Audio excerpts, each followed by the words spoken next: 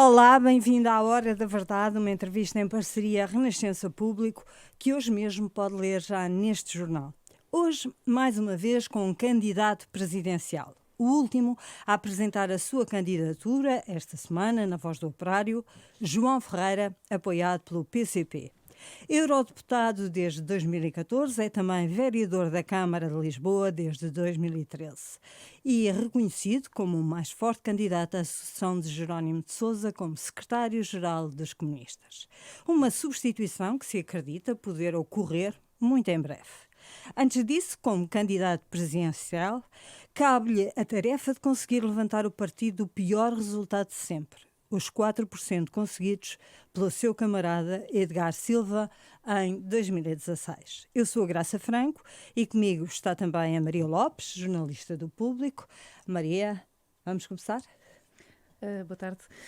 Olhando um pouco para trás para os candidatos presidenciais apoiados pelo PCP, com qual deles diria que se identifica mais?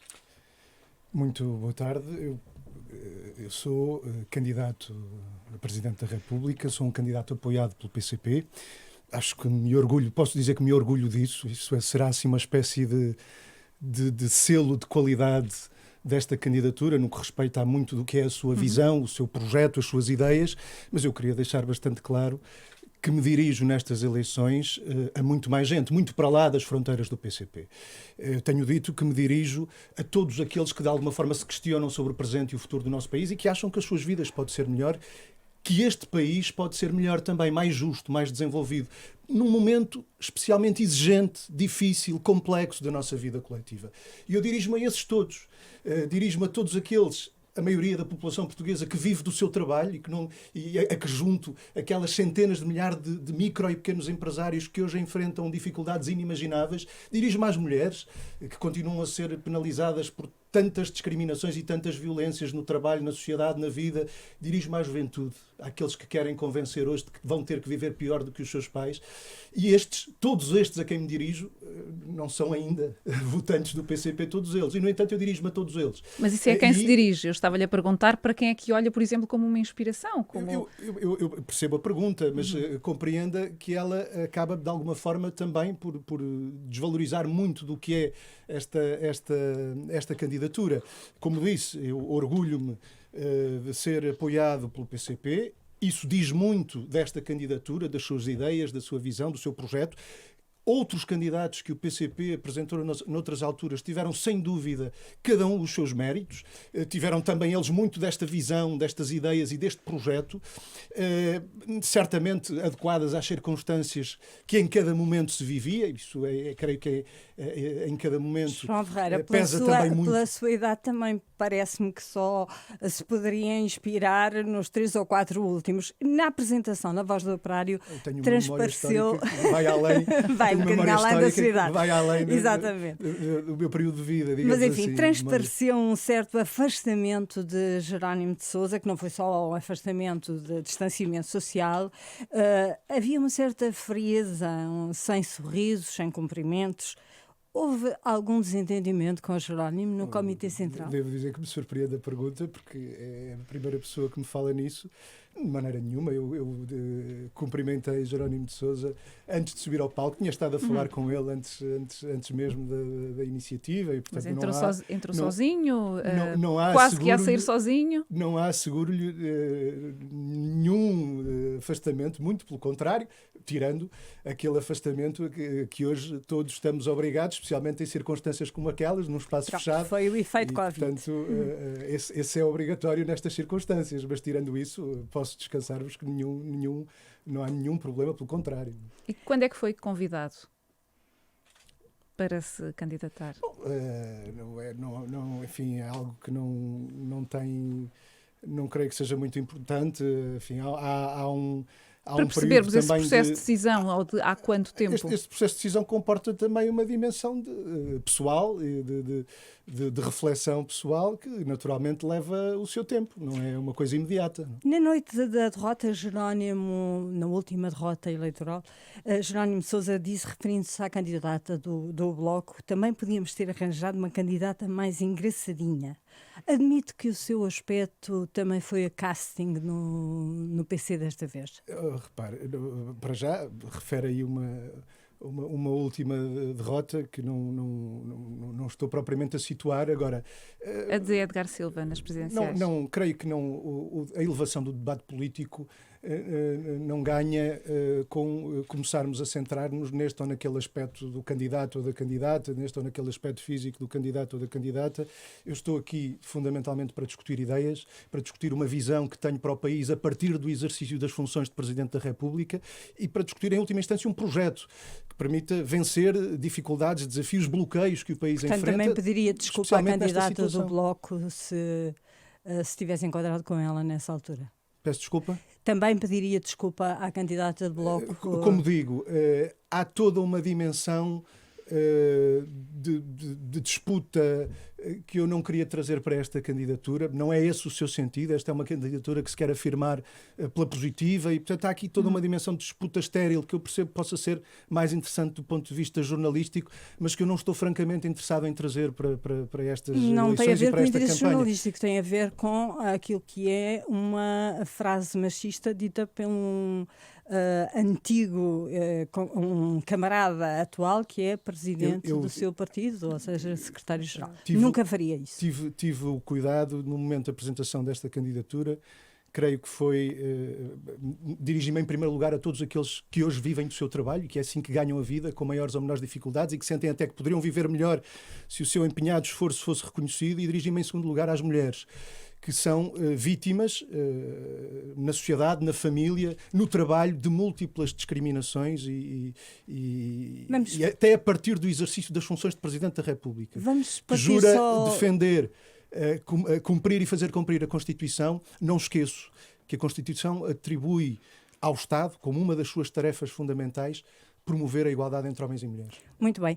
Partindo em frente para um partido que critica os que servem da política e tem uma postura de exclusividade na Assembleia da República, já neste momento vai à 5ª eleição e tem 2 cargos neste momento. Vai abdicar de algum deles, eurodeputado ou o de vereador da Câmara? Bom, a 5ª eleição no horizonte temporal alargado, de mais de uma década, digamos assim, mas eu desempenho a função de deputado ao Parlamento Europeu em exclusividade.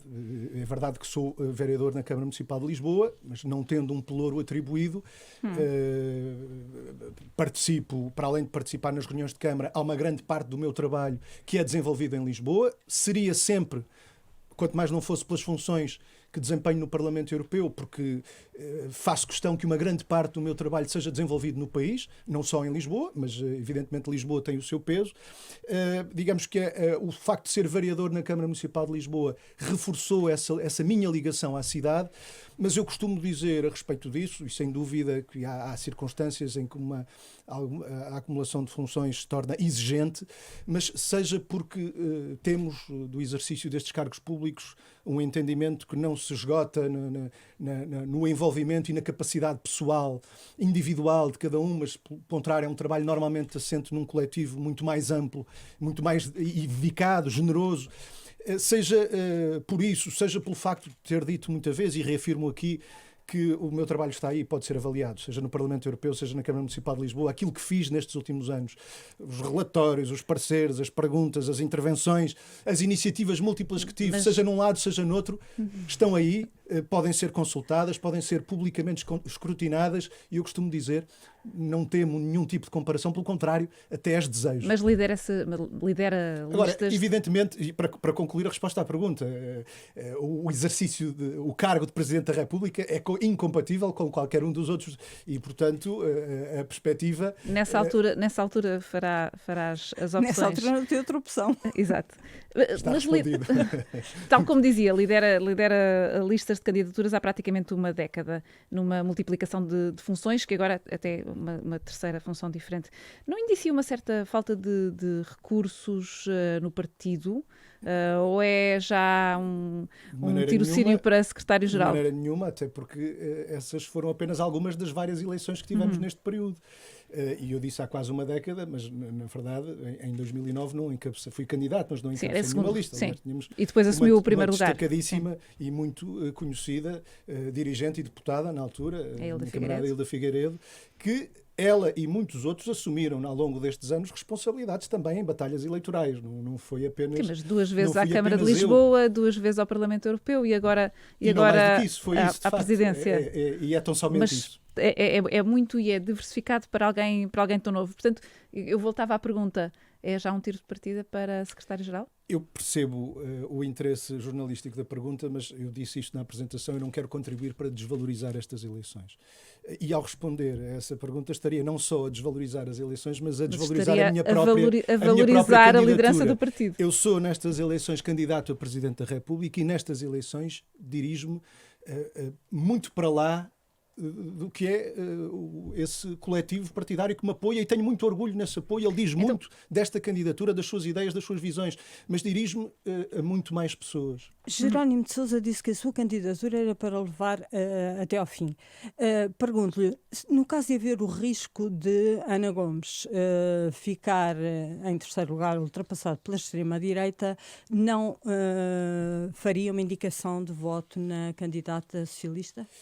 Repare, esta candidatura é sim para levar até ao fim, não é por acaso. Ela é para levar até ao fim porque ela transporta consigo nestas eleições um sentido de necessidade, eu diria quase que de urgência, que a torna imprescindível no contexto que estamos a viver. Estamos a viver um contexto muito específico das nossas vidas.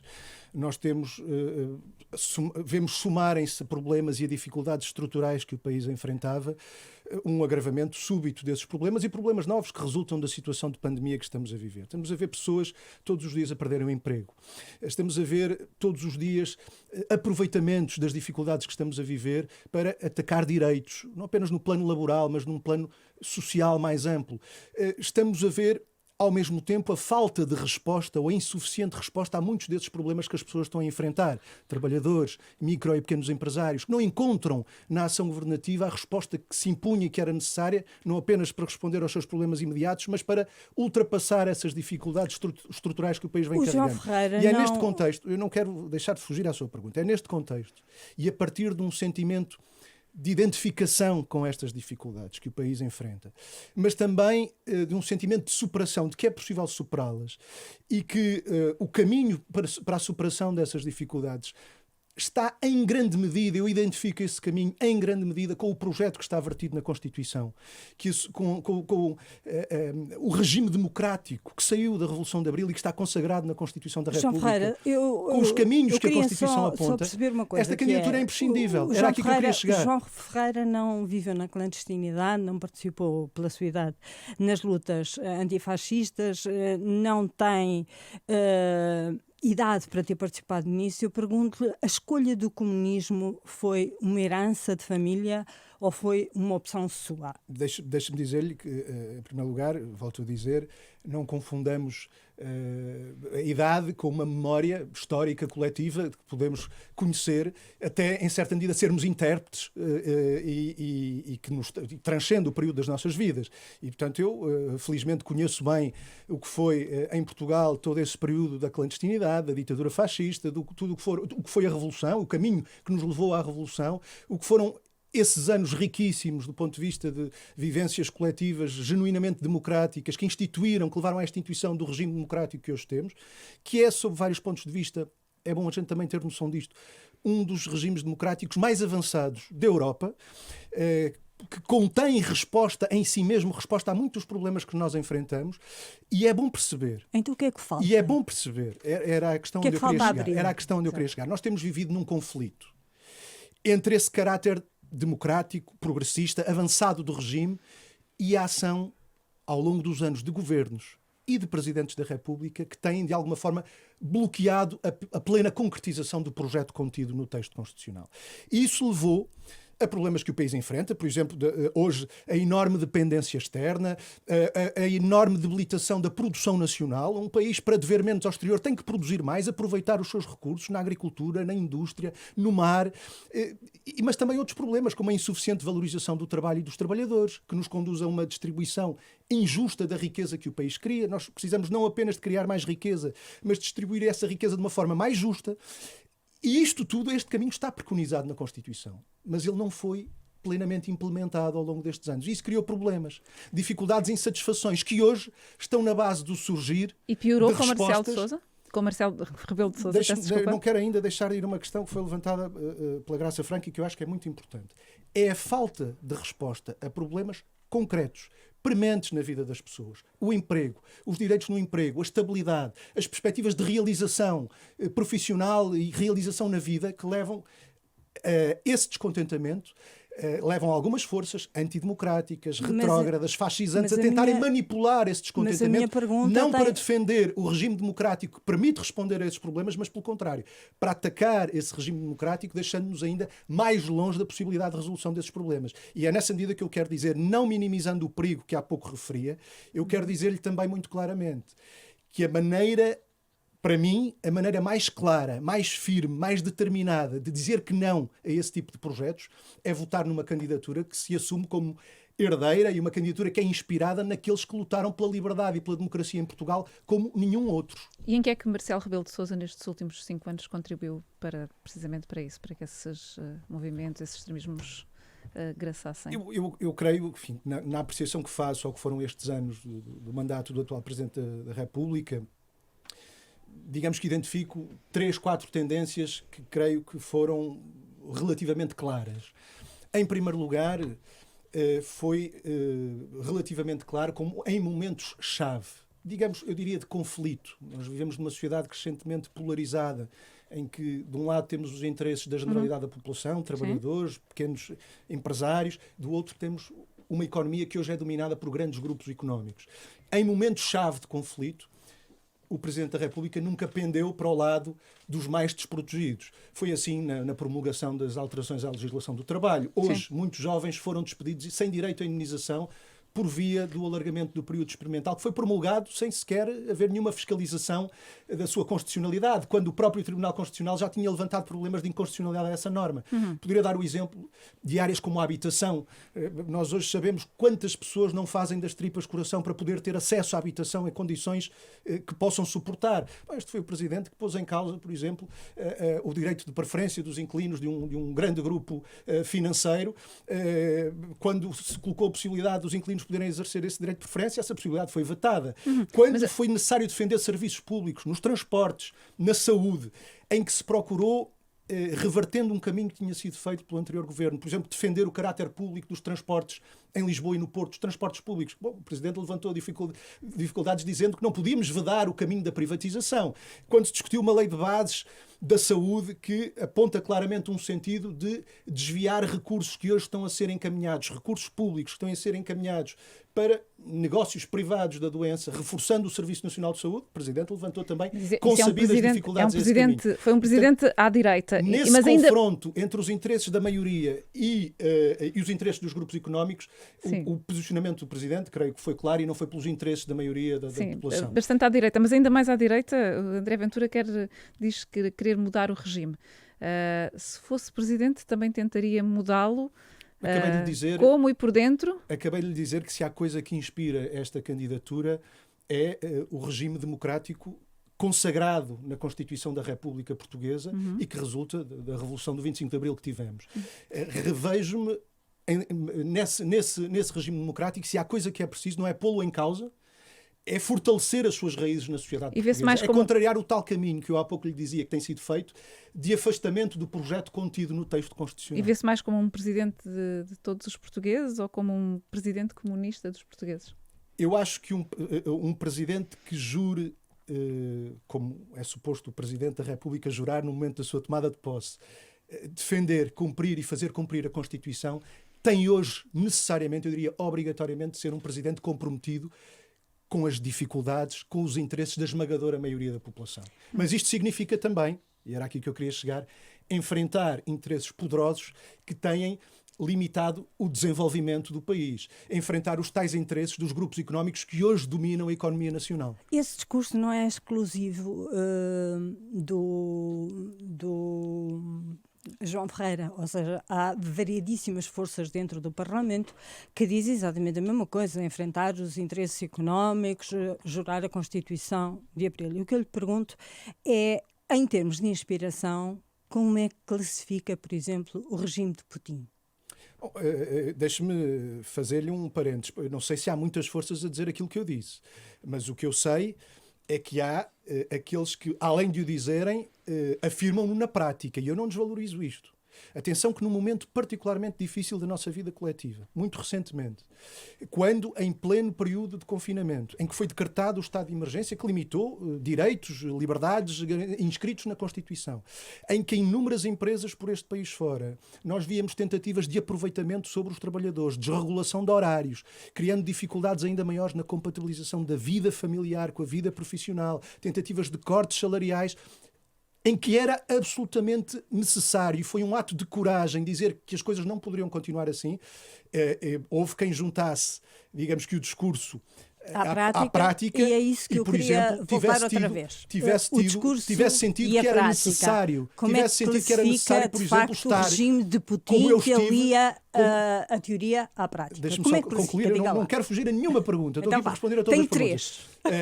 Mas para já dizer, a Rússia, depois a Coreia do Norte e a seguir à Venezuela. Para não deixar cair aquela ideia que me disse, bom, isso muitos podem dizer, não sei se muitos dizem, creio que não, mas seguramente poucos fazem.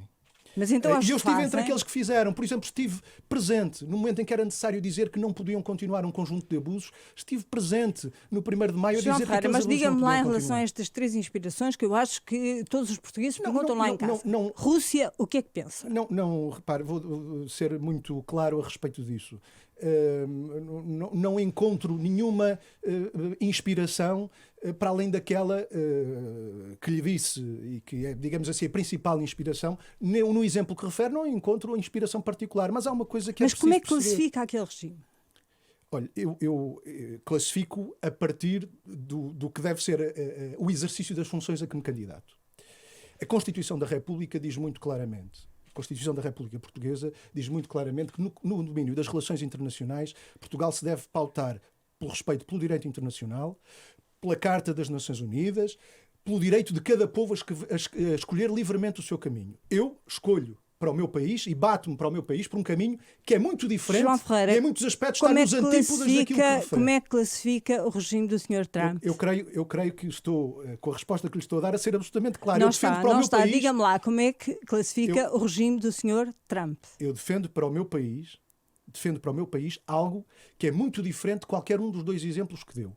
Que em muitos aspectos está nos antípodas daquilo que se passa nos 2 exemplos que deu. Mas quero sublinhar isto, independentemente da apreciação que possa fazer.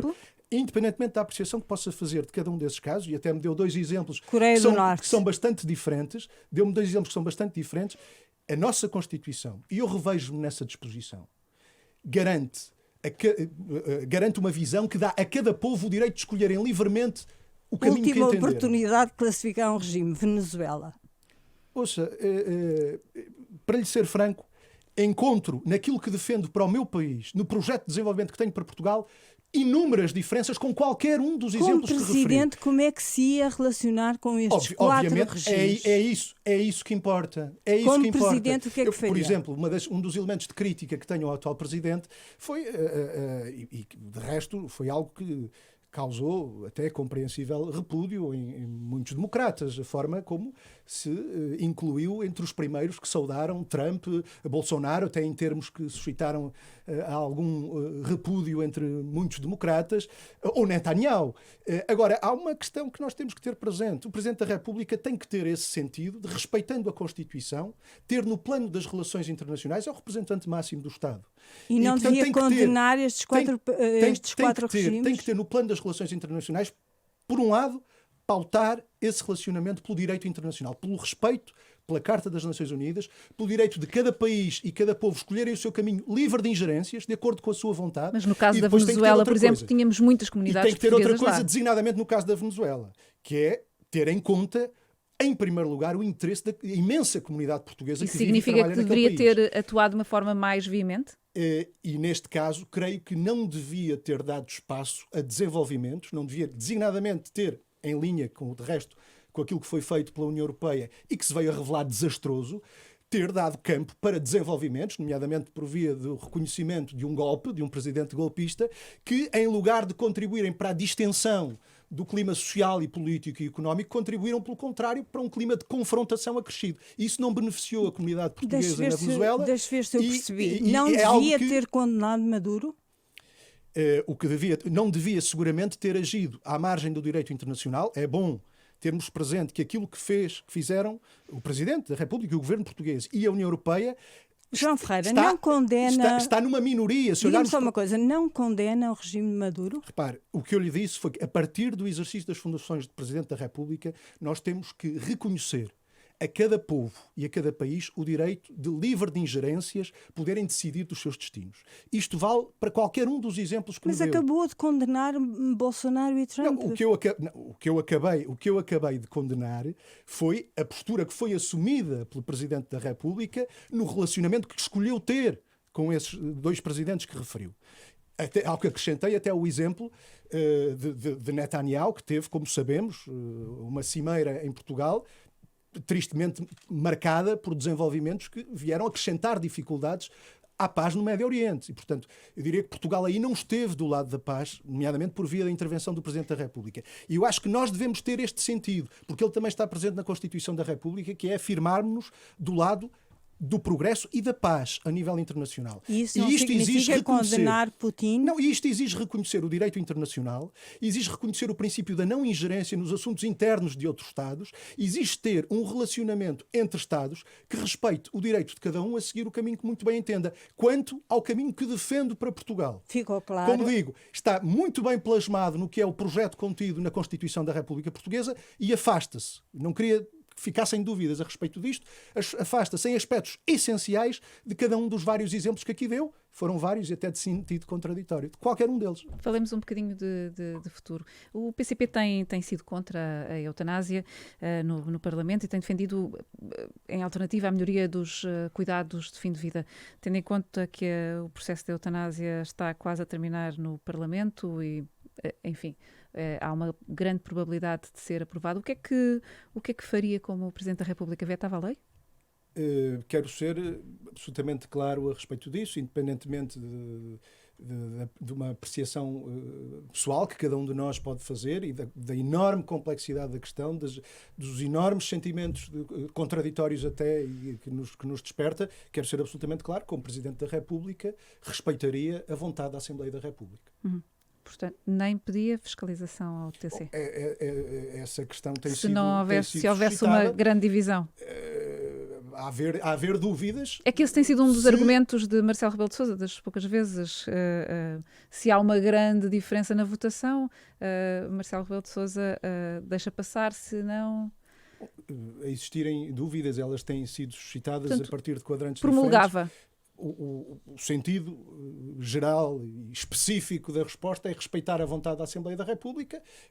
Naturalmente, se houver um pronunciamento do Tribunal Constitucional, ele tem então, eu pergunto-lhe, em termos também. pessoais, o que é que pensa sobre o assunto? Queria deixar esta ideia, porque acho que é a mais importante. O sentimento que é necessário defender, respeitar a vontade expressa pela Assembleia da República. No plano pessoal, já tive a ocasião de o dizer, na altura em que o assunto foi discutido. É uma questão muito complexa, que acho que nos suscita sentimentos contraditórios. Eu tendo a compreender a situação de alguém que é empurrado para uma situação de extremo sofrimento, mas sem solução. Compreendo-a, não posso senão compreender e até respeitar as várias opiniões que nessa hora tão difícil se podem expressar, como me preocupa também e me inquieta todo um contexto social que acaba por ter influência nessa decisão. Agora, independentemente disso, eu creio que é claro que nós temos muito a fazer e temos de fazer muito ainda no que toca a colocar à disposição das pessoas que se veem numa situação limite dessas todos os meios, recursos e possibilidades que a ciência e a técnica hoje já colocam ao nosso dispor para minimizar o sofrimento, e isso não acontece. Eu creio que ninguém pode descansar enquanto isso não acontecer em Portugal. Quanto ao resto... Isso é uma voz... E tendo o Presidente da República que tomar uma decisão a esse respeito... É uma opinião um bocadinho diferente. Respeitaria... O PC perdeu com a Geringonça? O PCP tem vindo a fazer uma avaliação desse período, na qual eu me revejo, que aponta para o facto de ter sido um período importante na vida nacional. Mas a Ana Meio dizia-nos que o papel do PCP já estava a ser mais compreendido do que no início da Geringonça, mas a verdade é que depois, precisamente em 2017, veio a queda a pique nas autárquicas, veio depois o ano passado uma queda nas europeias, uma queda nas legislativas. Foi benéfico ou foi prejudicial? Eu acho que nesta altura do campeonato já toda a gente percebeu que o PCP não determina os seus posicionamentos propriamente por preocupações eleitoralistas de curto prazo. Faça-se justiça. Há quem concorde com o PCP, quem não concorde, mas acho que todos são capazes de fazer este reconhecimento, até tendo em conta desenvolvimentos bastante recentes, exemplos recentes. Agora, quanto à questão que me refere, eu creio que esse foi um período importante da nossa vida coletiva, um período em que ruíram alguns mitos, alguns dogmas, aquela ideia de que as eleições legislativas se resumem à eleição de um primeiro-ministro ruiu nesse momento, aquela ideia de que não é possível nós ao mesmo tempo melhorarmos a vida das pessoas, acrescentarmos direitos, melhorarmos os rendimentos e com isso melhorar também a economia, essa ideia que isso não era possível ruiu, ou seja, demonstrou-se que era possível. Nós tínhamos até aí um governo e muita gente que dizia que era necessário que a vida das pessoas piorasse para o país ficar melhor. Ora, estes anos foram desmentidos na prática disso. Foi possível melhorar a vida das pessoas, com limitações, com insuficiências, era possível e era necessário ter ido além disso, sendo que isso teve um impacto positivo também no próprio país. O país desenvolveu-se, cresceu economicamente, o mercado interno dinamizou-se, com isso houve mais emprego, a segurança social entrou num período de maior estabilidade, a vida das pessoas de facto melhorou, ainda que de forma modesta e limitada.